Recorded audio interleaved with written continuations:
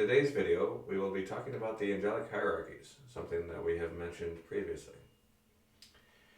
All right, Sterling, can you tell us what the angelic hierarchies are and a little bit about them? Sure.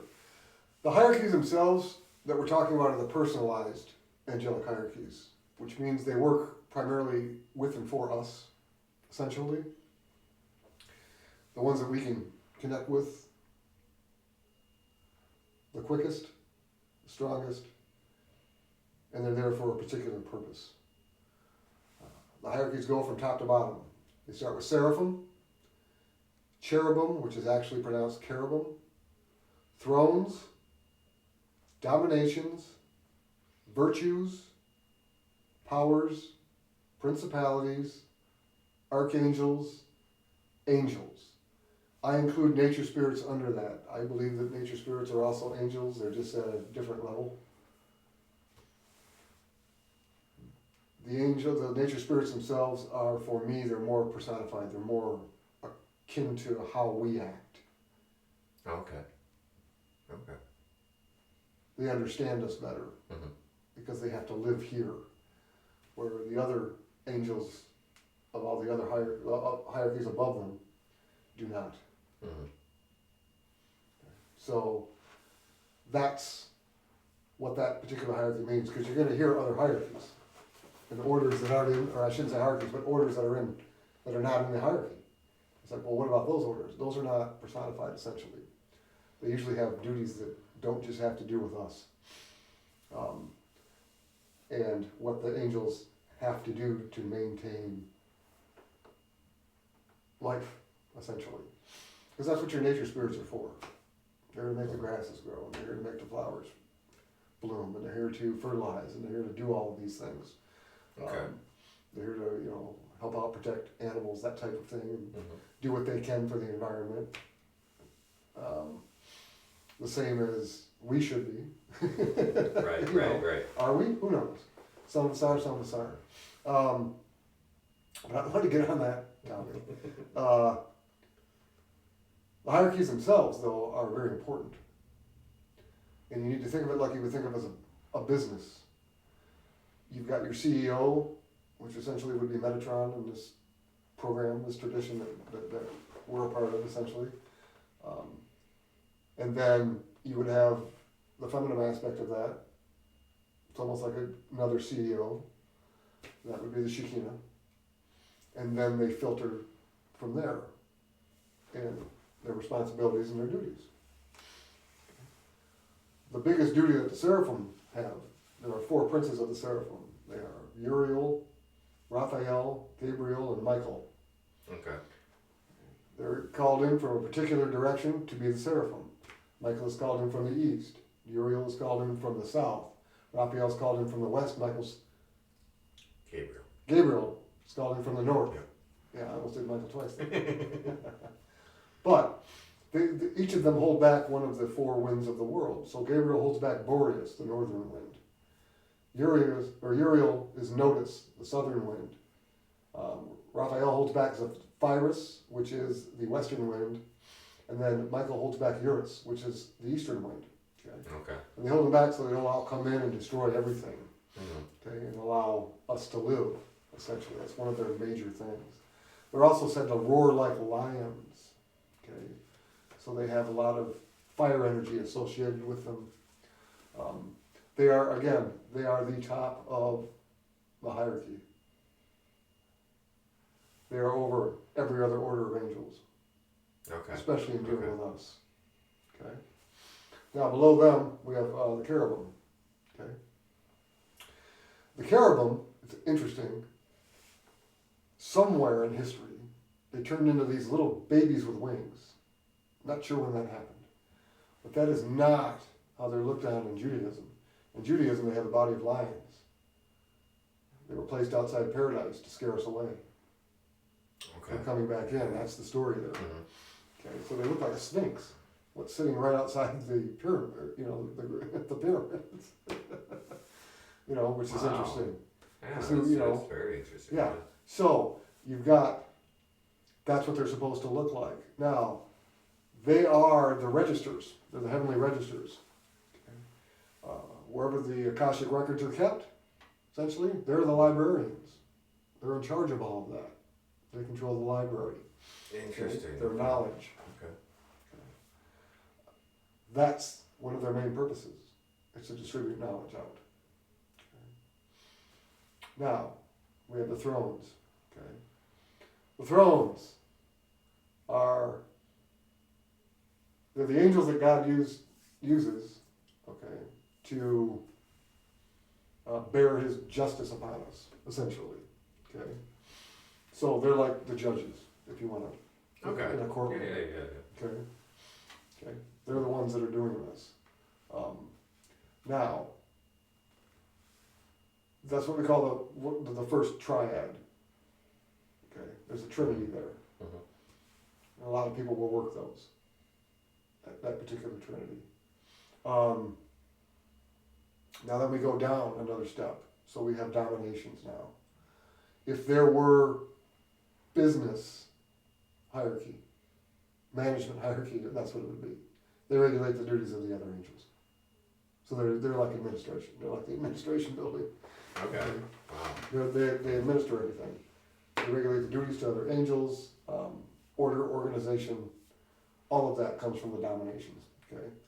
And then we go down another hierarchy and we have the virtues. Mm-hmm. The virtues manifest miracles on earth. Okay. That's their main purpose, is to do this. Okay. They also connect us with the virtues. And there are 7 heavenly virtues. You know, we've talked a little about this before, but they are in charge of those also. Okay, to counteract again the 7 deadly sins. Okay.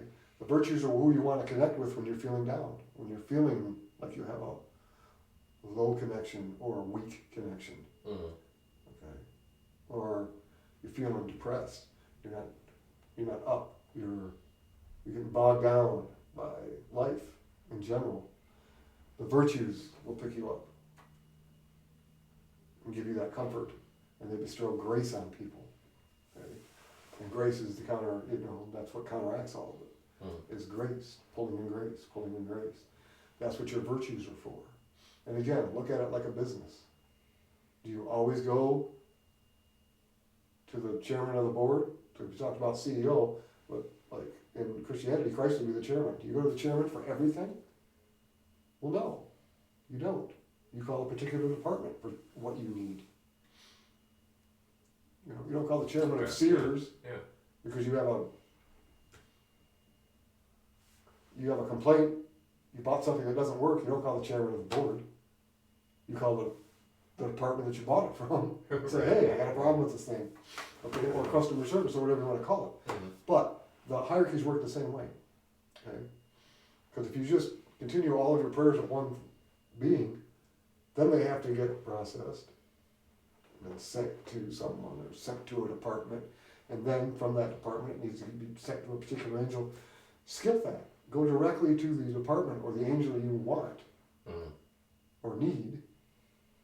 Pray to that. That's not worshiping them. Great. That's utilizing them for their specific purpose. Okay? Now, you go from virtues to powers. Right? The powers are like the police. They're the ones that are going to stop demons from uprising and taking over the earth. That's their job. They police the heavenly highways. That's another one of their jobs. Interesting. Okay. Yeah. That's what they do. Mm-hmm. All right. So, if you're having a problem with something, a negative energy, dark energy, go to the powers. That's their job. Especially if you want it done quickly. Right. Go directly to them. That's their purpose again. Okay. Now, the powers, you go to principalities. Okay. Principalities are the ones that are supposed to be telling our leaders, or giving our leaders guidance. Okay. In the right way. Leaders of the world. Okay? You do a little work there. Because I don't know what's going on and something's not happening right because our leaders aren't doing all the things they're supposed to do. Okay? But that is their job. However, it's got to be a horribly debilitating job because there's so much corruption that comes with power. Right. And it infiltrates so hard, and there's just so much temptation.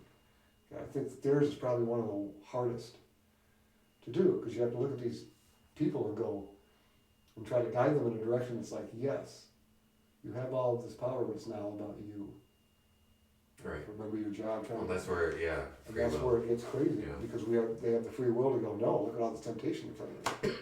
Right. I am a God myself, and then they go off and do, what they want to do, and they forget what their purpose is. And they have the free will to disconnect from the angels that are trying to guide them. Mm-hmm. So it's got to be a really hard job. Yeah. This big Really must be. principality. Oof. Yes. Yeah. Then you have archangels. Okay. Archangels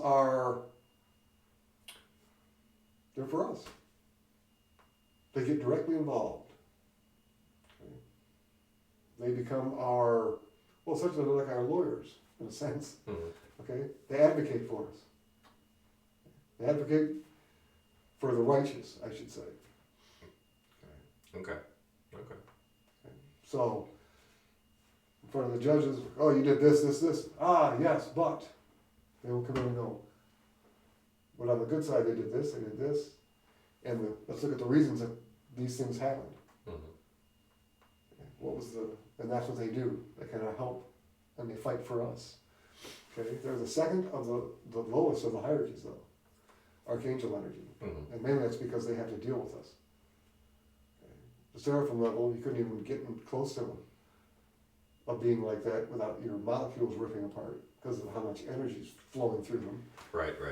The archangel level, it's diluted enough to where personal interaction is easy. It's possible, yeah. However, the power is diluted. Mm-hmm. So utilizing them for certain things is not practical. Mm-hmm. Because all the fallen were a part of many of these hierarchies. So if you have one that used to be a power, and you're just praying to your archangels because you've got this direct connection to somebody that was a power, they're too powerful. You need a power, or above, to help you get rid of that. So that's their job. Angels, very broad, messengers.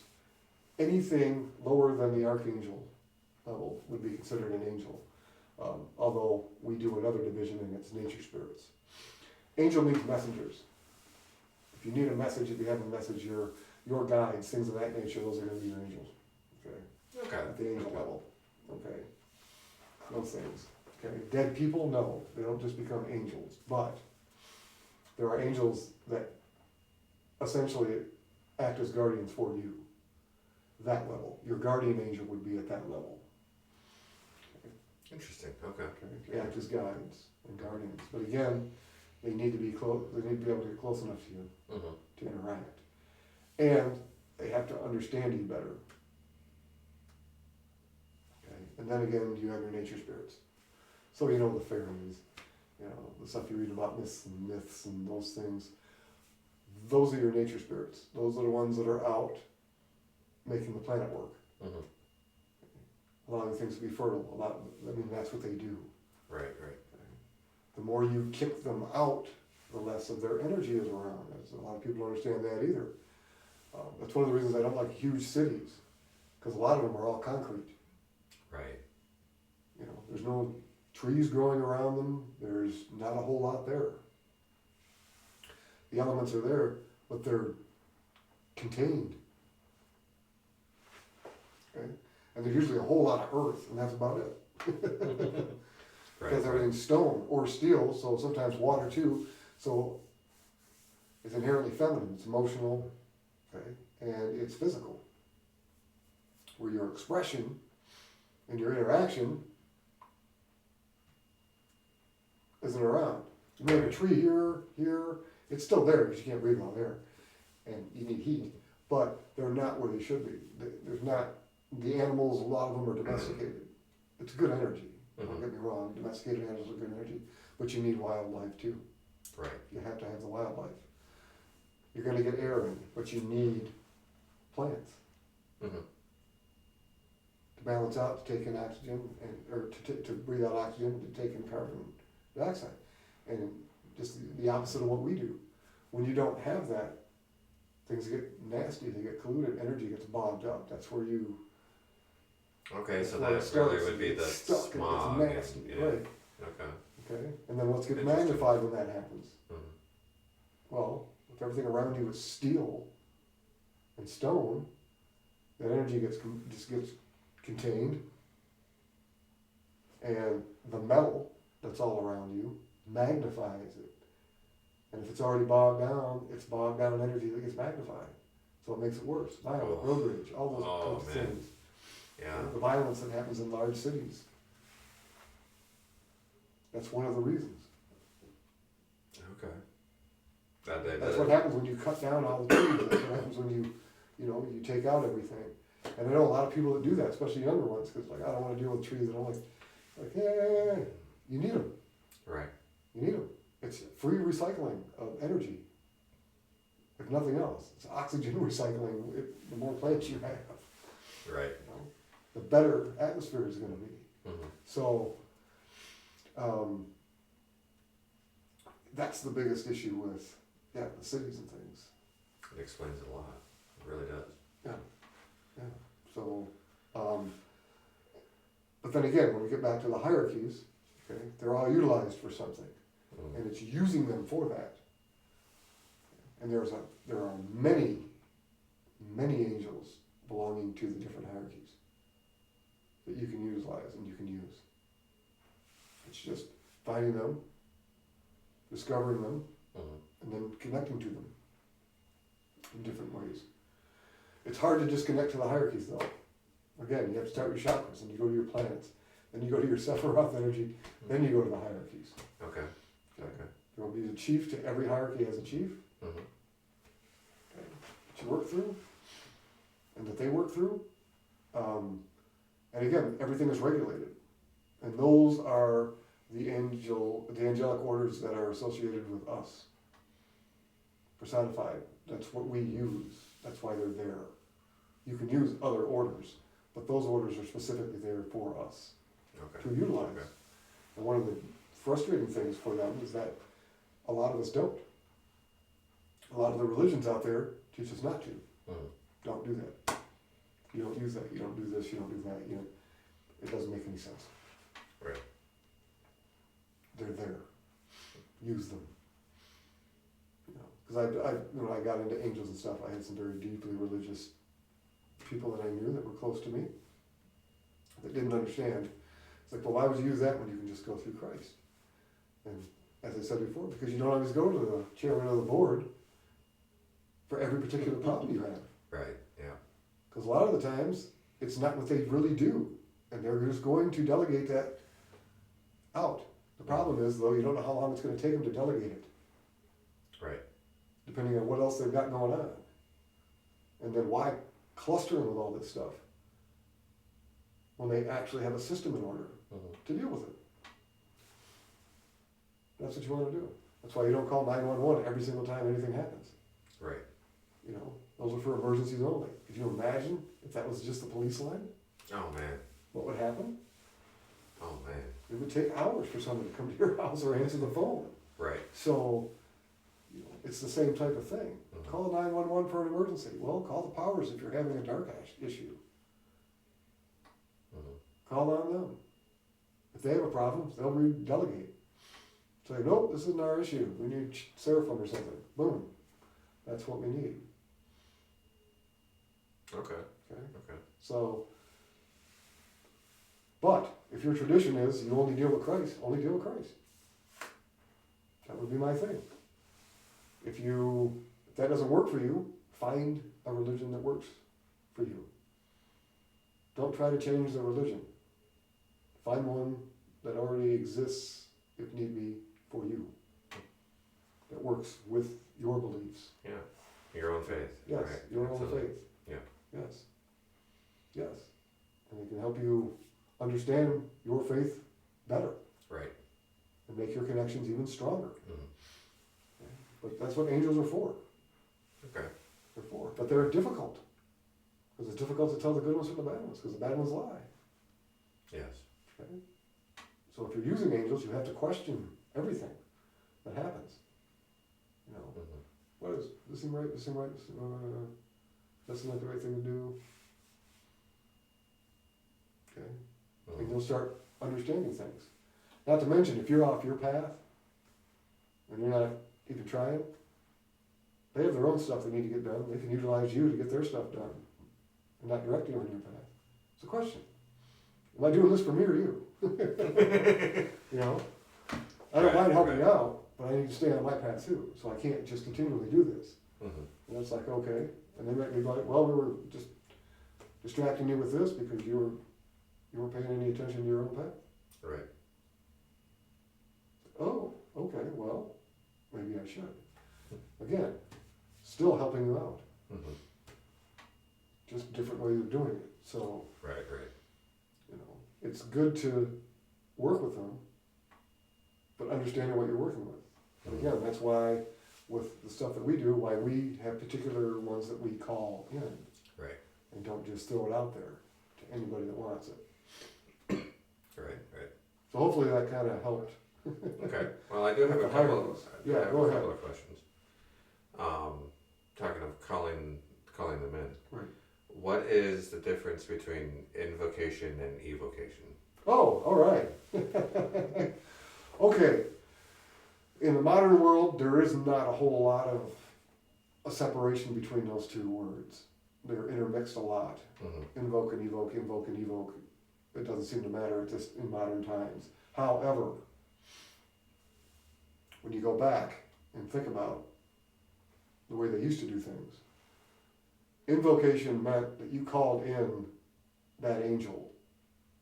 You weren't just connecting and using power. You were calling that particular angel in. Oh, physically in. Yes. Oh, wow. Yeah. Oh. Okay, and a lot of traditions use that. They create a space using like a watchtower ritual. They'll create a space and they'll pull like a fallen in to command it to either do something for them or give them information. I don't do that. I don't think you need to do that. Right. That's more of an egotistical thing for me. I don't need to command or control. Because if I'm doing something that is inherently wrong, whether my intention is good or not, I'm still gonna carry the bad karma from it. So when you're dealing with graceful angels, okay, you evoke power from them, which means they're sharing it with you. They're using you as a tool to direct their energy. Okay. They're allowing us to focus it how we need it focused. But they can also cut it off like that. If we're doing something bad, evil, whatever. Okay, or if we're not seeing a horrible intention, they can cut it off. That's the big difference. You ask when you evoke. You command when you invoke. And when you evoke, you don't evoke the angel into the room. You're making a connection and you are evoking some power from them. Their power through you. So they're not here. They're Right. still doing what they want. They're just letting you use their power to do what you need to do. Okay. And it's a better relationship that way. Because they have knowledge you don't. It'd be kind of, well, it's like a shared partnership at that point. Yes, Yeah. Okay. yes. If someone's on like a major lesson journey, and I'm not saying that every single time somebody gets ill or sick, it's a learning experience or a lesson that they need to go through. Because again, we have free will, and life really doesn't work that way. But I think that sometimes there are. People have things thrown at them so that they can learn something. Yeah, someone's in that situation and you don't know it, and they're a friend of yours, they come to you for a healing. You evoke the power in to do the healing, it's not working. It's not working right. Something's wrong. Okay, well, there again, is this something I'm not supposed to interfere with? Is there something I'm missing? And you can go into further detail about that later. I would cut the healing off and say, this is not the time, this is not the time, this is, we need to look at something else. There's something else going on. Maybe do a reading at that point Okay. Of, are we not supposed to, is this person not supposed to be healed right now? And then do the reading, and it may come up as no. Okay. They're not. This is a lesson we need to go through. Oh, okay. They need to learn something. It's like, okay. And then you have to trust that. Because they can't get into too much detail, it won't work. Right, You can't right. tell the person, oh yeah, Yeah, you're supposed to learn this. you're supposed to learn this. It's like, oh, okay, I learned it. Okay, cool. It doesn't work that way. So, Right. that's the big difference between evoking and invoking. I never invoke ever anything. I don't even think they work half the time you try, when people are trying to do them. And I also don't think that they they don't always pull in the right one when they do it. Mm. Because there's going to be resistance to it. There are many books on sensual alchemy. Okay, it has to do with being, when you're in a relationship with someone, pulling in an angel in the room, and to me that's just, no angel's going to want to be in there. For that. Not to mention that they have duties of their own that they need to perform. Right. You're going to pull them out of wherever they were for your own selfish gain, whatever that might be, Mm-hmm. whether it's, intimacy level or whatever. That's what you're doing? No. At the same time, they could have done an evocation where they just pulled the energy in. Didn't actually bother the celestial being at all. Didn't take them away from anything. But then they would have magnified and gotten the result that they were looking for without the actual presence of the being in the room. Right. I mean, why would you want that? That's also what's behind a lot of binding stuff that you see. Okay. And those are things I don't understand either, because you're like, well, I invoked, Michael into this and bound, so Michael's bound into this ring or whatever. And it's like, really, you don't think Michael's anywhere else? He's just stuck in this ring until somebody lets him out? I don't think so. Yeah. You evoke energy and you bound energy you evoked into that ring. I wholeheartedly disagree with bindings. I don't like them. Because essentially that's what you're doing. Mm-hmm. You're taking total control over everything, and it's like, I don't think that's the way you should do things. No. Never have. Not many ways. Now there are ceremonies out there that do kind of bind energy, like when you do crafting of something, and when you're done, and you do what do you call it, to connect the energy to you. I'm missing a word here, but you know what I'm talking about. Right, yeah. To consecration, when you consecrate, that's kind of a binding, because you're binding energy together. But those generally aren't presences. That's just energy into something. No, that would be more of an elemental kind of energy, not a... Yes, not a celestial being's intelligence into something and keeping it stuck there. That just seems wicked.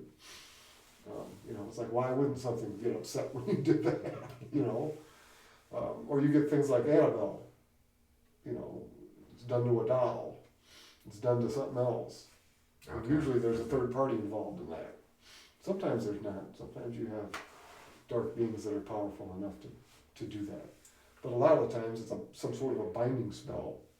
And half the time the people that are doing them don't know they did it. Because they were messing around with something they shouldn't have. And they ended up binding something into something else. And even if they did that with a good spirit, after a while the good spirit's not going to be that good anymore. Right. Because you're essentially just, you turned it into a slave, a spiritual slave, for your own bidding. Who's going to want that? Who's going to like that? Nobody. Right. And if it's a spirit that's not angelic or graceful, like a person, at some point they're going to use their free will to get pissed and connect to something dark to get back at whoever did it to them. And that's when you get into like the vengeful hauntings and stuff like that. Yeah, that's where you can get into some of the vengeful, the wicked ones. Mm-hmm. Okay, something was done bad to me, I'm taking it out. And the problem is that most of the time, especially when you're dealing with ghosts or hauntings, the actual people or entities that they want to punish aren't there anymore. Mm-hmm. So they're doing it to innocent people. Right. Which makes it inherently evil because of what they're doing. And you cross through so many roads at that point. Mhm. So bindings are never a good thing to do to anybody. Unless you're, you know, there are, however, there are a few exceptions. Covens do bindings on their own members. If, a lot of times if their own members go dark, they will bind them to the point where they can't utilize Okay. Okay. energy manipulation anymore. They bind them with Well, that was going to themselves. be another question too. Talking about bindings, Mhm. where it is mentioned in the New Testament about the binding and casting out of demonic evil Yes. Now when you did, forces. right, now Christ did that in the pigs. Mm-hmm. He did a binding and bound the energy into the pigs and then sent them into the ocean and ran them out. Right? Yeah, yeah. So that was a binding. Yeah. You can bind dark things, but you need to do something. So essentially Christ got rid of them by killing the pigs Mm-hmm. and essentially sending the energy out and going goodbye, casting it out. You know, when I do banishments, that's essentially what I'm doing. I'm binding their energy and blasting it out. I mean, it's not a binding spell, so more than an explosion, essentially. Okay. Good energy Okay. that's just slamming them out. You can direct it, you know, you can disperse them molecularly, at the molecular level, all their energy of the four quarters of the earth. I did that once. Oh, And I'm sure that hurt, that being, but that was a very aggressive, nasty one that shouldn't have been there, right, right. you know, but that's what ended up happening. Some of the other ones, you blast out. I mean, it doesn't feel good to them, but it's not that bad. You can, when you do a banishment, if you know a seal, you can send something behind a seal. If you want to send them to hell. Okay. Okay. If they came out of hell, you can send them back to hell, and they're stuck until somebody lets them back out. Because again, dark practitioners have the free will to open seals and let them out, or graceful ones can bind them behind them, you know, and stick them there Okay. and keep them Okay. there. But anyway, Okay. getting So. back off that, you know, I mean, get into a binding thing, but that's the big difference between evocation and invocation. Okay. I don't agree with invocations. Yeah, that But does. evoking is Wait. fine. Yeah. But so those are the definitions that I use as far as invoke and evoke. Okay. Okay. Now, how would you? I guess you could just kind of answer this, but connect directly with a given angel. Do you call it by name? Do you?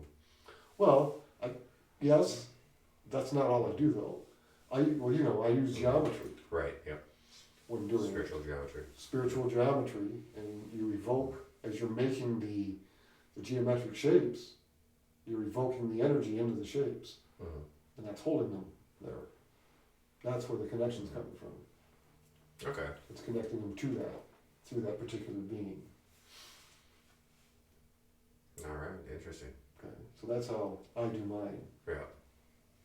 Yes, and I started all off with the Kabbalistic cross. Mhm. So Which tells it where to go. yeah, and then it's going to be covering you top, bottom, front, back, left, right, Mhm. two-dimensionally. When you call it two-dimensional energy, that's what that's what you're calling on. And after the Kabbalistic cross, when you tell it that, then depending on what way you're creating the geometric shapes, depends on whether you're calling it in for protection or whether you're calling it in for empowerment. Okay. All right. And that's essentially how I do it. But again, that's where I do it now. In the beginning, you have to go through chakra first. And you don't connect with the really powerful angels at that point. You don't connect with the Sephiroth angels that are actually the planets in the Briannic world. We start off with the Amisha Spentus, because they are just associated with the chakras. That's it. That's all we want to work with at that point. Mm-hmm. Then from there, our first dabble into the planets, we use the Olympian spirits. Right. Yeah. That is another order of angels. It's not part of the hierarchy. But They are angels that are imbued with the powers of the planets. Okay? They were utilized in white magic practices long ago. That's the first one that we pull in to work with. Okay? Okay. Those are the Olympians. Then when we start working the Sephiroth, then we work with the Sephiroth archangels that are only at the second to the lowest. Okay? But they're still more powerful than the other two that we worked. Okay? Right. Okay? And our base is always the Seraphim. So our base is massive amounts of energy utilizing these other ones. Because the more diluted they are, the easier they are to interact with and relate to in the beginning. Then you move up, then you move up, then you move up, then you move up, then you move up. Okay. Okay? And you use a massive power to initiate the whole thing. Mm-hmm. Okay? But you get used to working with the energies, feeling the energies out. And again, they're more personalized. And they're specific, detailed for things. Each of those angels, those sets. Then we start, again, working on creating three-dimensional shapes, tetrahedrons, the cube, the octahedron, the icosahedron, the dodecahedron. And again, evoking angelic energy into those and empowering those for protection and just personal empowerment. Mm-hmm. Okay? And then pulling them all in together. You know, and that gives you a whole slew of angels that you can work with. Right, yeah. I mean, a whole slew of them. Because one cube is 48. Wow. Okay. And then there's 48 for the dodecahedron. Okay. There's going to be 10 for the icosahedron. You're going to have 8 more for the octahedron. I mean, so there's a lot by the time you're done. Mm-hmm. And what ends up happening is you have worked on and you have pulled in enough angelic energies that no matter what it is that you are going to need or want, you will have an angel within those shapes to call on for it. So, and it's at that point you're used to the energy. You know it. Right. It's good. Mm-hmm. You've dealt with it before. You're not just walking in someplace going, you're not walking into a saloon in the Old West going, hey, I need a gunfighter. Right. Okay. You walk in and go, you're Wild Bill, I need you. Okay, you know me. We have a relationship. Because that's what you want. Okay.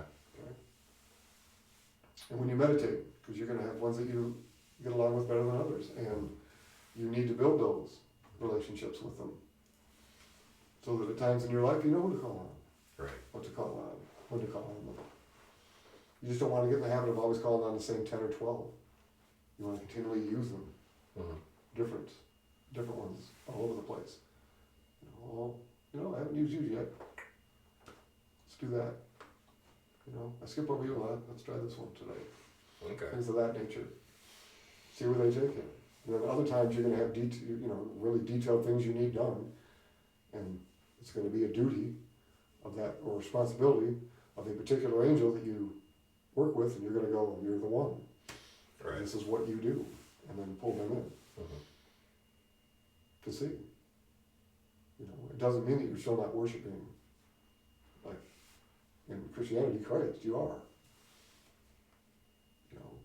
Right, You're just using his company. Yeah. But at the top, it's him. You're not putting anything above him. Right. Which is what you're. If you go back to the commandments, that's what you're not supposed to. Right. Yeah. You will have no gods before him. Well, that doesn't mean you can't work with other beings as well. You just don't put them before. Right. That one. Because essentially that's your mortal connection to the divine.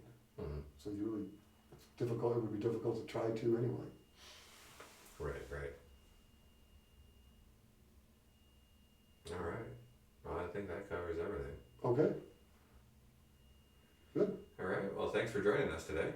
And remember to like and subscribe. Thank you.